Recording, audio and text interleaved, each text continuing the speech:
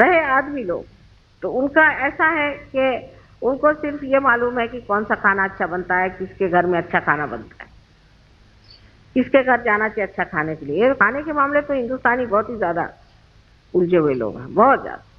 और औरतें भी ऐसी हैं कि बेवकूफ बनाने के लिए अच्छे अच्छे खाने खिला करके उनको ठिकाने लगाती। इसमें दोनों की शक्तियां उलझ जाती, दोनों। रात दिन ये खाने के बारे में, मुझे आज ये खाने को चाहिए, मुझे आज ये खाने को चाहिए, मैं ये टाइम से खाऊंगा, मैं वो टाइम खाऊंगा, ये करूंगा। उधर औरतें आदमियों को खुश करने के लिए वही धंधे करती रहती। उसमें औरतों की शक्ति भी नष्ट होती है और आदमियों की भी शक्ति नष्ट होती है। इसलिए मैंने ये एक तरीका निकाला है कि सहज योगियों को सबको खुद खाना बनाना आना चाहिए। और अगर किसी ने कहा कि मुझे ये खाने के लिए तो आप ही बनाइए, हालांकि उसके बाद सबको भूखा ही रहना पड़ेगा, पर कोई हर्ज नहीं। आपको कहना कि अच्छा आपको ये चीज खानी है तो आप ही इसको बना दीजिए तो बड़ा अच्छा रहेगा। फिर आप जब आप बनाना शुरू करेंगे तब आप समझेंगे कि ये चीज क्या है। क्योंकि किसी भी चीज को टीका टिप्पणी करनी तो बहुत आसान चीज है। किसी चीज को अच्छा कहना बुरा कहना बहुत ही आसान चीज है, लेकिन वो खुद जब आप करने लगते हैं तो पता चलता है कि ये टीका टिप्पणी हम जो कर रहे हैं ये बिल्कुल बेवकूफी है, क्योंकि हमें कोई अधिकार नहीं। तो इस कदर की छोटी छोटी चीजों में भी लोग मुझे आके बताते हैं, मुझे बड़ा आश्चर्य होता है। आप अब साधु हो गए, आपके अंदर सबसे बड़ी जो शक्ति आई है वो ये, आप कोशिश करके, और मैं जो बात कहती हूँ उसकी आपको प्रचिति आएगी, कोशिश करके देखिए। आप जमीन पर सो सकते हैं, आप रास्ते पर सो सकते हैं, आप 10-10 दिन भी भूखे रह जाएं आपको भूख नहीं लगी, आप कैसा भी खाना है उसे खा लेंगे, आप कुछ नहीं करेंगे। इसमें आप हमारे प्रदेश के सहयोगियों को देखिए, किस हालत में रहते हैं, किस परेशानी में रहते हैं। हमें कुछ वहां पर हिंदुस्तानी सहयोगियों ने बताया कि ब्रह्मपुरी में इंतजाम इस वक्त ठीक नहीं रहा, लोगों का दिमाग ही खराब हो गया था क्योंकि आप नहीं गए, तो बहुत तकलीफ हुई उनको खाने पीने की और कुछ अच्छा नहीं लगा, ऐसा बताया। तो मैंने उन लोगों से जाके पूछा कि भाई सबसे ज्यादा तुमको कहाँ मजा आया? तो उन्होंने कहा ब्रह्मपुरी में सबसे ज्यादा मजा। तो मेरी कुछ समझ में नहीं आया कि इतनी शिकायतें हुई, क्योंकि ब्रह्मपुरी में क्या बात, कहले वहां कृष्णा बहती है, उसके किनारे में बैठो तो लगता है कि माँ जैसी आपकी धारा बह रही। वो सब यही बातें करते रहे, यहाँ ये लोग खाने ही पीने की सोच रहे। इसीलिए जब कभी कभी लोग कहते हैं कि हम लोगों का समर्पण कम है, उसकी वजह यह है कि हम लोग काफी उलझे हुए लोग, हमारे अंदर बहुत पुरानी परंपराएं हैं। यहाँ अनेक साधु संत हो गए, बड़े बड़े लोग हो गए, बड़े बड़े आदर्श हो गए, और उन आदर्शों के वजह से हमें मालूम है कि अच्छाई क्या है, बड़ी क्या है। लेकिन उसके साथ ही साथ हमारे अंदर एक तरह की ढोंगी वृत्ति आ गई कि हम ढोंग भी कर सकते। कोई भी आदमी अपने को राम कह सकता है, कोई भी आदमी अपने को भगवान कह सकता है, कोई भी आदमी अपने को सीता जी कह सकता है। ये ढोंगीपना की हमारे यहाँ बड़ी भारी शक्ति है। एक साहब ने मुझे कहा कि देखिए वो तो भगवान है। मैंने कहा कैसे? वो कहते हैं भगवान है, ये फॉरेन, वो भगवान कहते हैं। मैंने उसको कहने में क्या लगता है, ऐसे कैसे कहेगा कोई कि मैं भगवान हूं? मैंने कहा कह रहे हैं वो भगवान है, लेकिन उसके कुछ तरीके होते हैं। जो आदमी फूल को नहीं छू सकता वो भगवान कैसे हो सकता? हाँ ये तो बात है। तो मैंने कहा कि कैसे, पर वो क्यों कह रहे थे, वो ऐसा क्यों कह रहे? मैंने कहा क्योंकि वो आप नहीं, वो यही नहीं समझ सकते कि लोग इतना सफेद झूठ इतने जोर से कह सकते। या किसी के लिए कहते हैं पर वो उसको रुपया ही चाहिए ना, ठीक है वो रुपया लेता है, लेकिन हमको तो वो आध्यात्मिक देगा, तो क्या हर्ज है, हमें तो आध्यात्म लेना है, लेने दो रुपया, रुपये में क्या रखा है, रुपया दे दो उसको, रुपये में क्या रखा हुआ है? आध्यात्म को पाने की बात है, आध्यात्म वो हमें दे रहा है तो हम उसे रुपया दे रहे हैं, रुपये में तो कोई खास चीज होती नहीं। ये उनकी तैयारी आज हो गई है, वो हमारे अंदर तैयारी अभी तक हो नहीं पाई। इसके लिए क्योंकि हमारे सामने आदर्श बहुत अच्छे हैं, महाभारत है, राम है, ये है, वो है, और हम उसी कीचड़ में बैठे हुए। अगर कोई कीड़ा कहे कि मैं कमल हो गया तो हो नहीं सकता, और उसको कमल बना भी दिया तो भी ढंग वही चलेगा। इसलिए यह समझ लेना चाहिए कि हमारे अंदर जो इतनी ऊंची ऊंची बातें हो गई हैं और जिसे हम सारे तरफ से पूरी तरह से हम ढके हुए हैं और इसके कारण हम लोग बहुत ऊंचे भी हैं।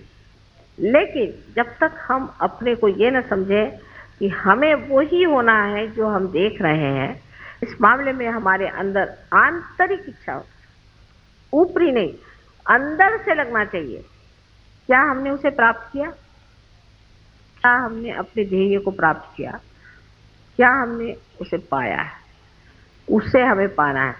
इस मामले में ईमानदारी अपने साथ कर, और जब तक ईमानदारी नहीं होगी तब तक शक्ति आपके साथ ईमानदारी नहीं कर सकती। ये आपका और अपना निजा संबंध है। अनेक तरह से आप अपने को पड़तालिए और देखिए कि हमारे अंदर ये शक्तियां क्यों नहीं जागृत हो सकती, क्यों नहीं हम इसे पा सकते। कारण हम खुद ही अपने को एक तरह से काटे चले जाते हैं। तो किसी भी तरह की ढोंगी वृत्ति का सहयोग में स्थान ही नहीं। हृदय से आपको महसूस होना चाहिए, हर एक चीज को हृदय से पाना चाहिए, अपने अंतर आत्मा से उसे जानना चाहिए।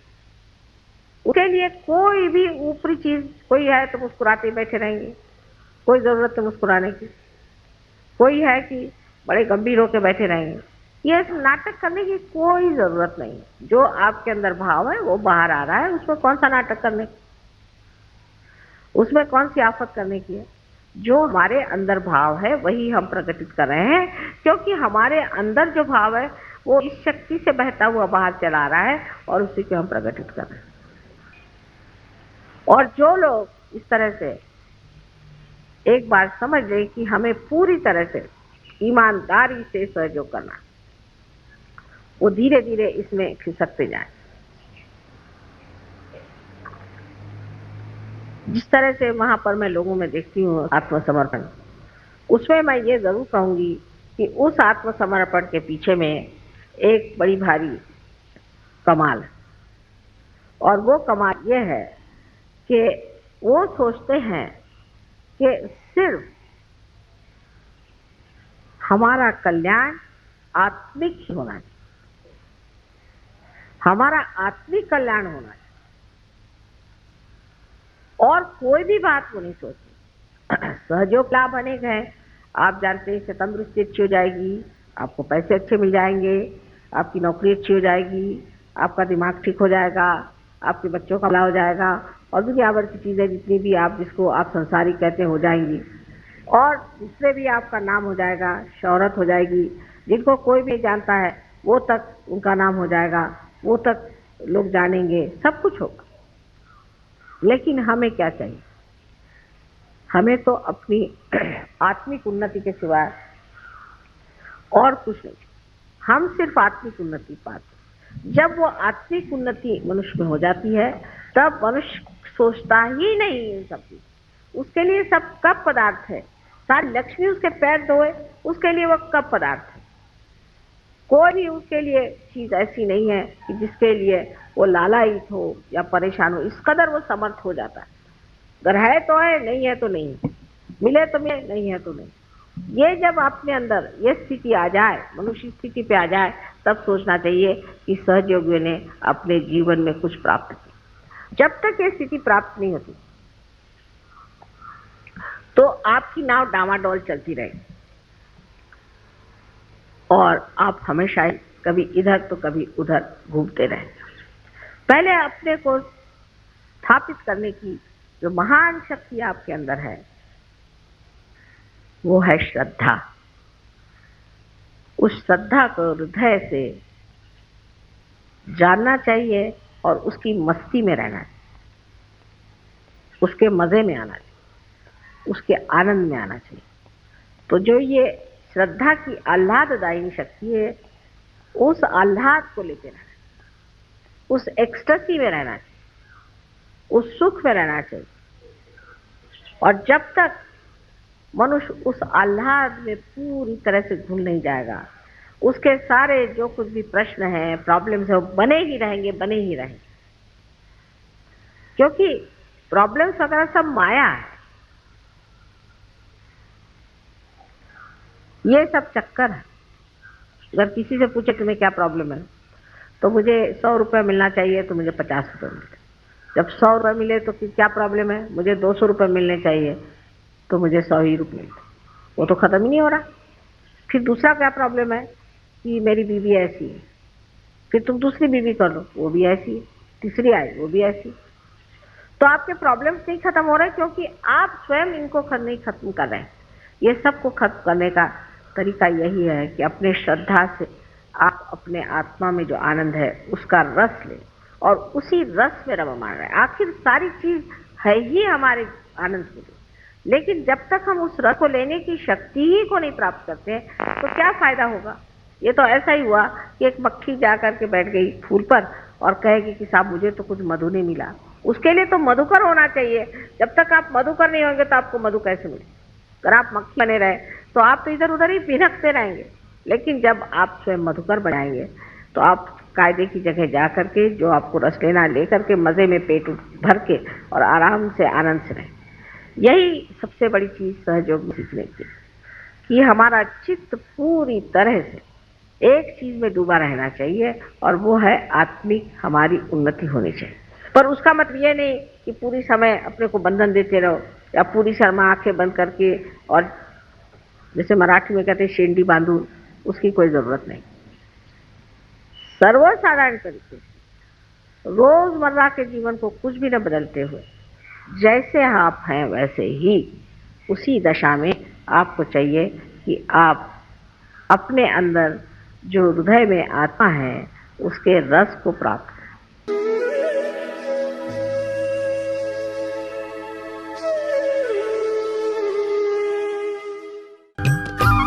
सब्सक्राइब कीजिए कुंडलनी जागरण को और प्रेस कीजिए बेल आइकन को, जिससे कि आपको मिल सके हमारी लेटेस्ट वीडियो सबसे पहले।